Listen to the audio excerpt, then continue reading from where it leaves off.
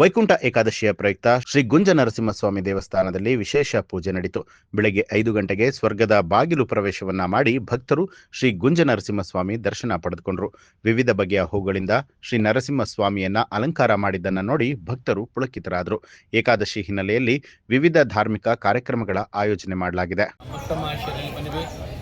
ಪವಿತ್ರವಾಗಿರ್ತಕ್ಕಂಥ ಕ್ಷೇತ್ರ ತ್ರಿವೇಣಿ ಸಂಗಮದಲ್ಲಿ ಈ ದಿನ ಬೆಳಗ್ಗೆ 5 ಗಂಟೆಯಿಂದಲೇ ಕೂಡ ಸಾವಿರಾರು ಜನ ಭಕ್ತ ಮಹಾಶಯರು ಭಾಗವಹಿಸಿದ್ದಾರೆ. ಭಗವಂತನ ಪುಣ್ಯಕಾಲದಲ್ಲಿ ಭಗವಂತ ಸ್ವರ್ಗದ ಬಾಗಿಲು ಪ್ರವೇಶ ಆಗಿದೆ. ಬೆಳಗ್ಗೆಯಿಂದ ಸಾವಿರಾರು ಜನರಿಗೆ ಪ್ರಸಾದ ವಿನಿಯೋಗ ಆಗ್ತಾ ಇದೆ.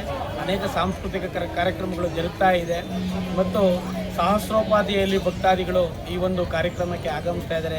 ಆಯೋಜಕರಾಗಿರ್ತಕ್ಕಂಥ ವಿಷ್ಣು ಚಾರಿಟಬಲ್ ಟ್ರಸ್ಟ್ ಅನೇಕ ಭಕ್ತ ಮಹಾಶಯರು ಈ ಒಂದು ಕಾರ್ಯದಲ್ಲಿ ಭಾಗವಹಿಸಿದ್ದಾರೆ.